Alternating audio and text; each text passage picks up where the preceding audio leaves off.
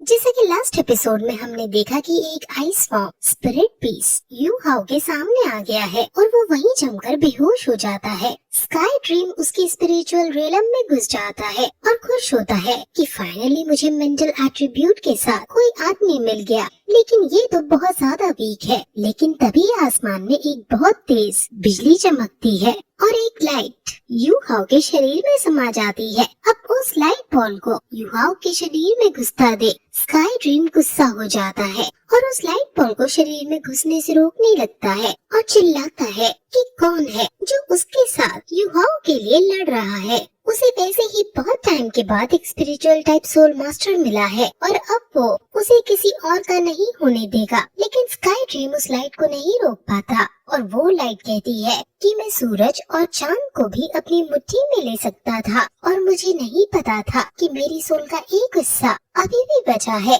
और अभी मुझे इस लड़के से ही काम चलाना होगा। और ऐसा करके वो यू हाउ के शरीर में घुस जाती है और उसकी कॉन्शियसनेस में जाकर एक जगह ले लेती है और शांति से वहीं पड़ी रहती है। अब स्काई ड्रीम जब उसे रोकने में असफल रहता है तो वो कहता है कि ठीक है, हम साथ मिलकर भी यू हाउ के साथ रह सकते हैं। अब सबसे पहले वो वहाँ पर कुछ सील्स लगाता है। अब यू हाउ बेहोश होकर अपनी कॉन्शियसनेस के अंदर चला जाता है जहाँ उसे स्काई ड्रीम और लाइट ऑफ दिखता है, जिसे देखकर पहले वो सोचता है कि वो मर चुका है। लेकिन तभी स्काई ड्रीम कहता है कि तुम मरे नहीं हो, बल्कि तुम अपनी कॉन्शियसनेस के अंदर हो और अब ये मेरा घर होने वाला है। मैं तुम्हारी स्पिरिचुअल रियलम में ही रहूंगा। तुम्हारे पास स्पिरिचुअल आई है। अगर तुम्हें इसकी पावर को अनलीश करना है तो तुम्हें अपनी सोल पावर को स्पिरिचुअल पावर में कन्वर्ट करना होगा, ताकि फिर तुम इस स्पिरिचुअल आई से रिलीज कर सको। मैं एक million year old spirit beast हूँ जो कि इस पूरे कॉन्टिनेंट में अकेला हूँ और मैं तुम्हारी फर्स्ट स्पिरिट रिंग भी बन सकता हूँ। वो उसे खुद को ब्रदर तियान बुलाने को कहता है और फिर यू हाउ पूछता है कि लेकिन फर्स्ट स्पिरिट रिंग तो केवल 400 ईयर ओल्ड तक ही हो सकती है ना, तो मैं तुम्हारी million year old spirit ring कैसे ले सकता हूँ? अब तुम इतने ज्यादा ताकतवर हो तो तुमने मुझे ही क्यों चूज किया? फिर स्काई ड्रीम उसे अपने पास के बारे में बताता है कि वो नॉर्दर्न कॉन्टिनेंट से है जहाँ हर समय बर्फ जमी रहती है और एक दिन स्काई ड्रीम 10,000 साल पुराने आइस मैरो में गिर जाता है और उसे खा जाता है, जिससे उसकी बॉडी डेवलप होने लगती है और फिर ये उसका रूटीन बन जाता है और ऐसे खाते हुए और सोते हुए ही वो 10 लाख साल पुराना बीस्ट बनता है। इसलिए उसके पास फाइटिंग एबिलिटीज भी नहीं होती, जिसके कारण बाकी बीस्ट उसका फायदा उठाते हैं और धीरे धीरे उसकी पावर्स को एब्जॉर्ब करते हैं। तुम्हारे पास क्योंकि तुम्हारी ये फर्स्ट स्पिरिट रिंग है तो तुम्हारे लिए मैं सिर्फ 400 साल पुराने स्पिरिट रिंग की तरह ही काम करूँगा। लेकिन जैसे जैसे तुम अपने लेवल्स बढ़ाते जाओगे वैसे फर्स्ट स्पिरिट रिंग का लाइफ स्पैन तुम्हारा बढ़ता रहेगा। अब ये सुनकर यू हाउ कहता है कि तुम और मैं एक जैसे हैं। हम दोनों ही अकेले बहुत कमजोर हैं, लेकिन अब हम दोनों मिलकर ताकतवर बनेंगे और फिर से किसी को हमें तंग नहीं करने देंगे। उसके बाद स्काई ड्रीम उसे बताता है कि अब मैं 10 लाख साल पुराना बीस्ट हूँ और एक विजडम सोल रिंग हूँ, तो मैं तुम्हें एक स्किल की जगह 4 स्किल दे सकता हूँ। जिसे सुनकर यू हाउ काफी खुश होता है और स्काई ड्रीम फिर उसे ग्रे लाइट बॉल के बारे में भी बताता है जो स्काई ड्रीम के साथ ही उसके शरीर में घुस चुकी होती है। वो बताता है कि ये ग्रे बॉल कोई सोल है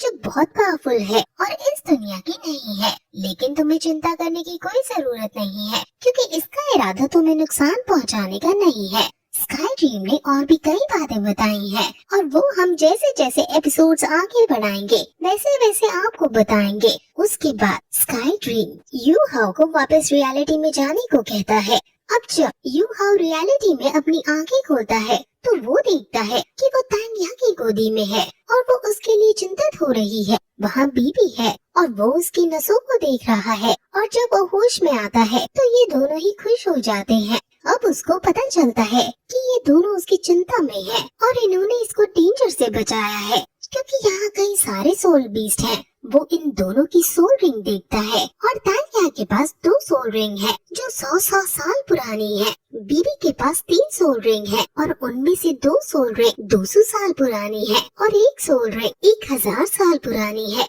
बीबी सिर्फ 4-5 साल ही बड़ा है, लेकिन फिर भी बहुत ज्यादा ताकतवर है अब तभी वहाँ उन्हें धतूरा स्नेक दिखता है और थांग्या समझ जाती है कि ये उसकी थर्ड स्पिरिट रिंग के लिए सबसे सही सोल बीस्ट है, क्योंकि वो 1000 साल पुराना सोल बीस्ट है। अब बीबी उसको सावधान रहने को कहता है और खुद थांग्या के लिए धतूरा स्नेक को मारने चला जाता है। थांग्या के पास ब्लू सिल्वर प्लांट है और इसको देखकर वो शॉक हो जाता है।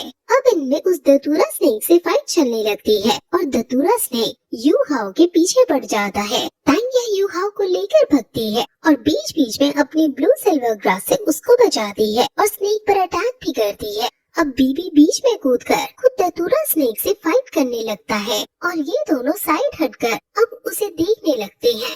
थांग्या बताती है कि बीबी वॉर सोल मास्टर है और उसकी guardian soul blue lightning T rex dragon की है, जो कि 10,000 साल पहले ग्रैंड मास्टर की थी। हालांकि धतूरा स्नेक बहुत ज्यादा फास्ट है, इसलिए बीबी को बहुत ज्यादा दिक्कत हो रही है उसको लोकेट करके अटैक करने में। बीबी धतूरा स्नेक को मारने की पूरी कोशिश कर रहा है।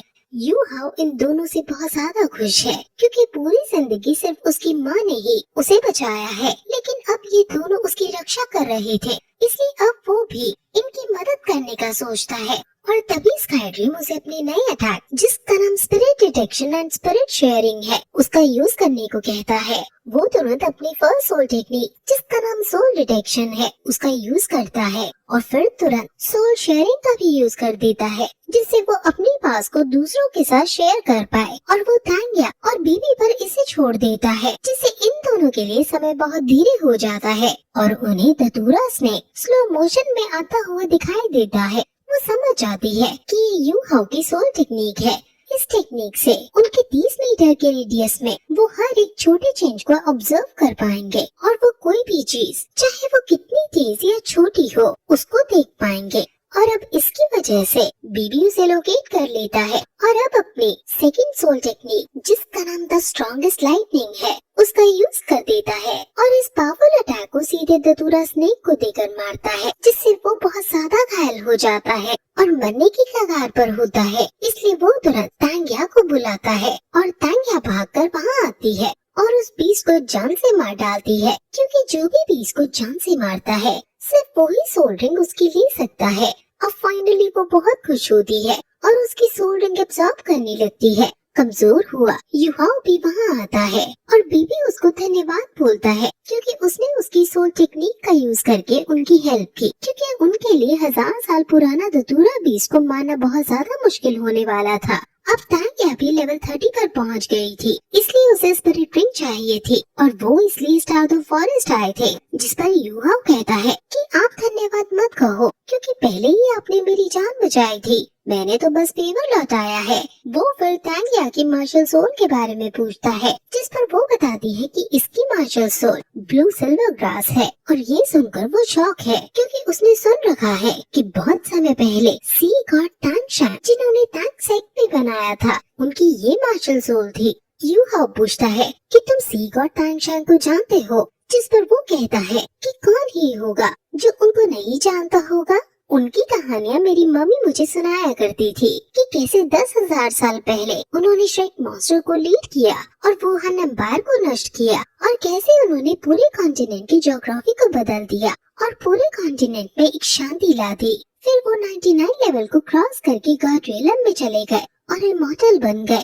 वो तांगशांग के बारे में और भी बातें करते हैं और उनका रिलेशन तांगशांग से क्या है वो हमें अगले पार्ट में पता चलेगा, जो हम कल डालेंगे। अब हम आपसे कल मिलते हैं, तब तक के लिए बाय।